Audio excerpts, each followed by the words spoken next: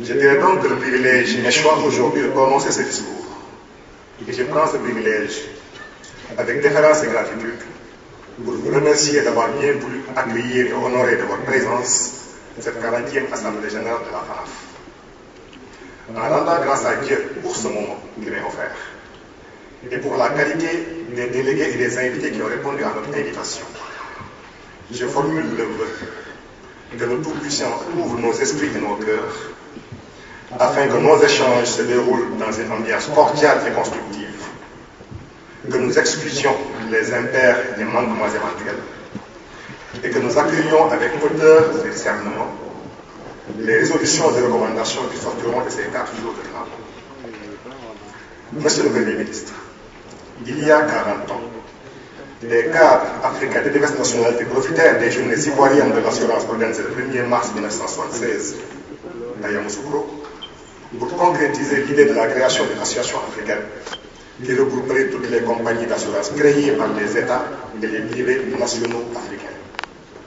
En clôturant les dites journées, le président Henri Konan Bédié, alors ministre des Finances, informera l'Assemblée que le président Félix Houphouët-Boigny accepte d'être le parrain de la future association dont il attendait avec intérêt la création. Renforcé par ce soutien, Victor Beket-Moundiou, directeur des assurances de la Côte d'Ivoire et président de la conférence internationale des contrôles d'assurance qui est l'ancêtre de la CIMA, convoqua l'Assemblée générale constitutive qui rassembla 2 semaines plus tard, le 17 mars 1976, à Yamoussoukro, les représentants d'une dizaine de compagnies d'assurance du Dahomey, de Haute-Volta, du Togo, du Cameroun, du Sénégal, du Congo-Brazzaville, du Congo-Léopoldville, de Madagascar, du Mali, de la Mauritanie et bien sûr de la Côte d'Ivoire. À l'issue d'une journée d'échange, les participants décidèrent à l'unanimité de créer une association dénommée Fédération des sociétés nationales africaines et de porter à sa tête un natif de la Côte d'Ivoire, M. Léon Mao. Ils s'engagèrent également auprès de feu Félix Houphouët-Boigny à tenir l'Assemblée générale en Côte d'Ivoire tous les 10 ans. Parmi ces pères fondateurs, certains nous ont fait l'honneur de venir célébrer avec nous le 40e. Je voudrais, au nom de la nouvelle génération, leur dire merci. Merci pour leur courage, merci pour leur vision, merci pour leur prévalence. À ceux très nombreux parmi eux qui ne sont hélas plus parmi nous, je pense notamment à Feu Victor Mondio, que je n'ai pas eu la chance de connaître, mais j'en ai tellement entendu parler, à M. Ahmed Kourouma, à Jean-Julien Bouyovi et au président André Bayala et Léon Hamon, pour l'immense investissement personnel concentré sur l'assurance. Je voudrais implorer le Tout-Puissant de leur réserver une place de choix au paradis.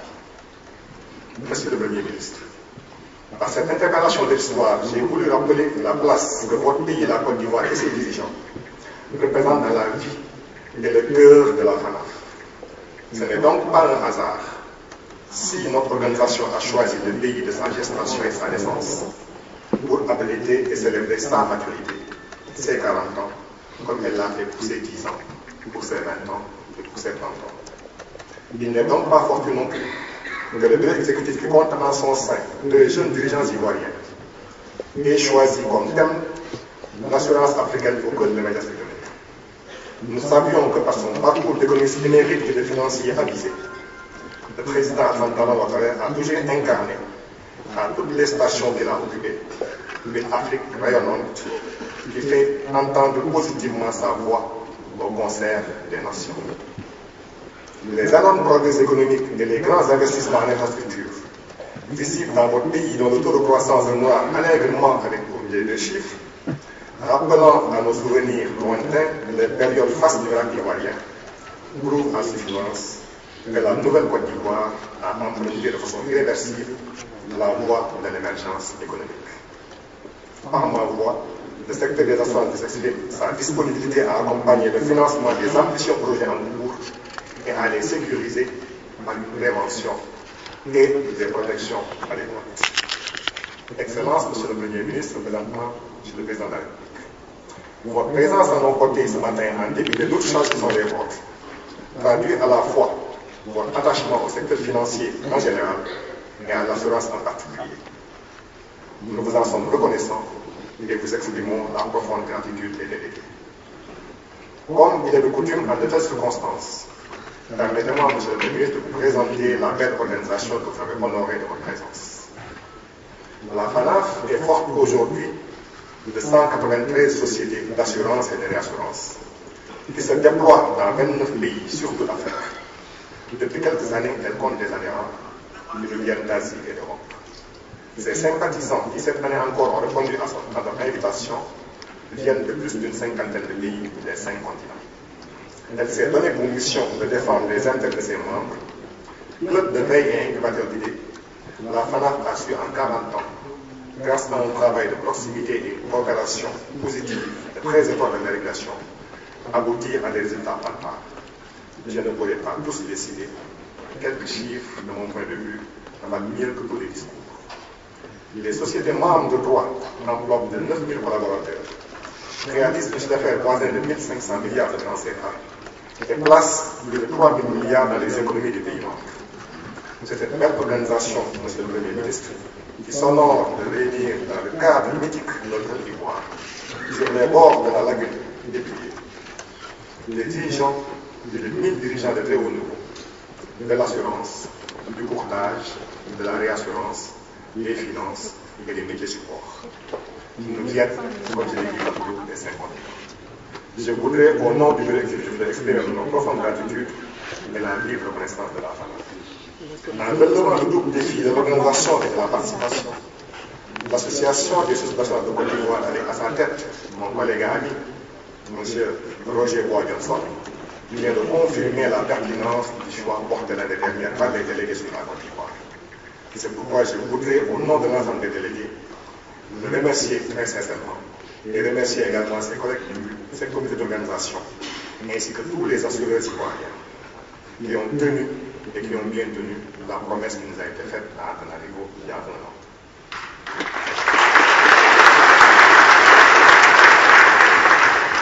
Je voudrais les associer à ces remerciements les hautes autorités et les autorités de votre pays pour leur soutien, mais aussi le peuple ivoirien pour sa légendaire Akwaba, qui se manifeste à travers ses gestes et son humour incomparable, dont nous avons découvert quelques facettes hier soir à l'occasion du cocktail offert par M.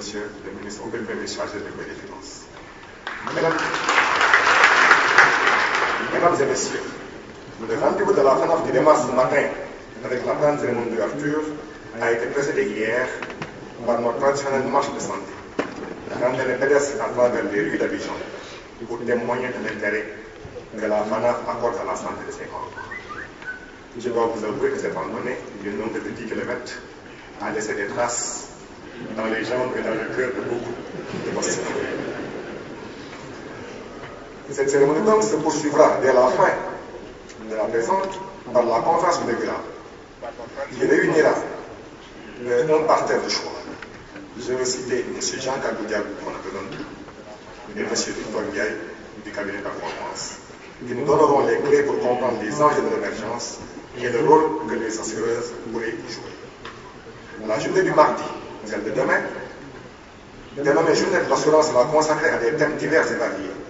Le premier panel nous plongera profondément dans l'histoire de notre métier pour nous aider à mieux affronter son avenir. Le second fera la prospective. Il anticipera sur l'impact des évolutions économiques et de l'innovation sur notre métier à l'horizon 2030.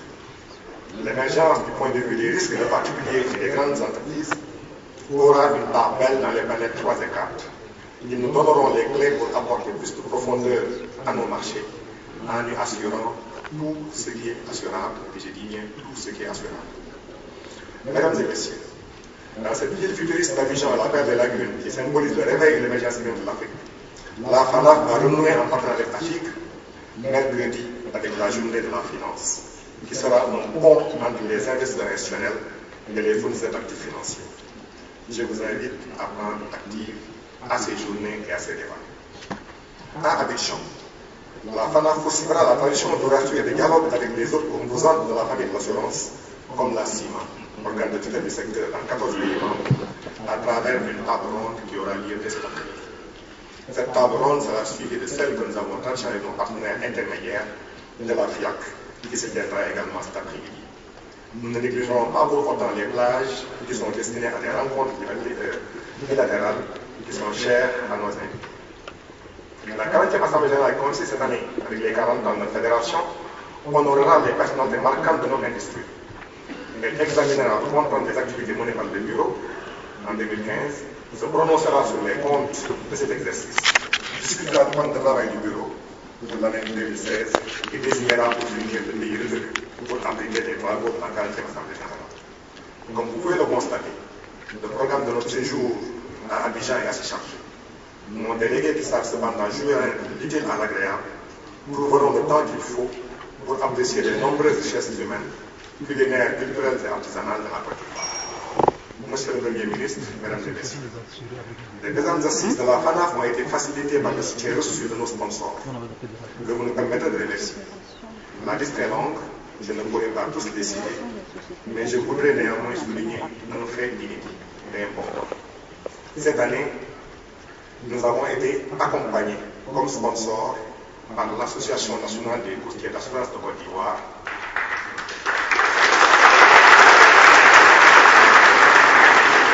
Nous avons également bénéficié du sponsor d'un courtier, en l'occurrence Kamal Arabi Conseil, qui nous a également apporté.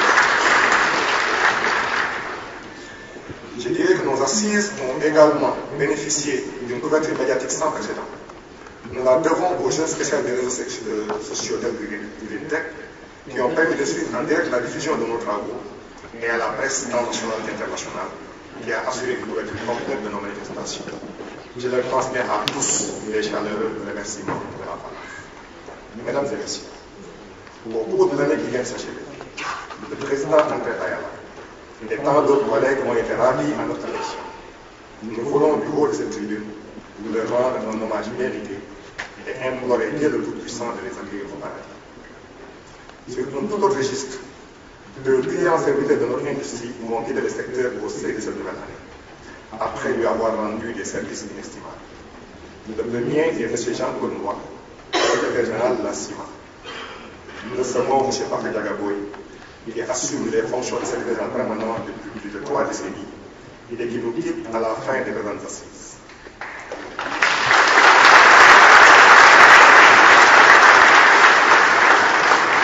À cette icône de la FANAF qui aura été de tous les combats, je voudrais dire merci et souhaiter en votre nom à tous une retraite heureuse.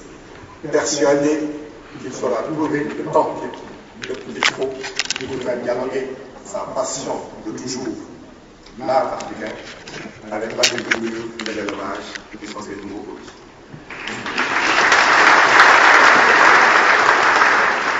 Monsieur le Premier ministre, comme nous sommes toujours dans la période de permis de présenter des vœux, je ne saurais clore mon propos sans souhaiter à la Côte d'Ivoire et à ses dirigeants et à notre continent une année de paix et de prospérité.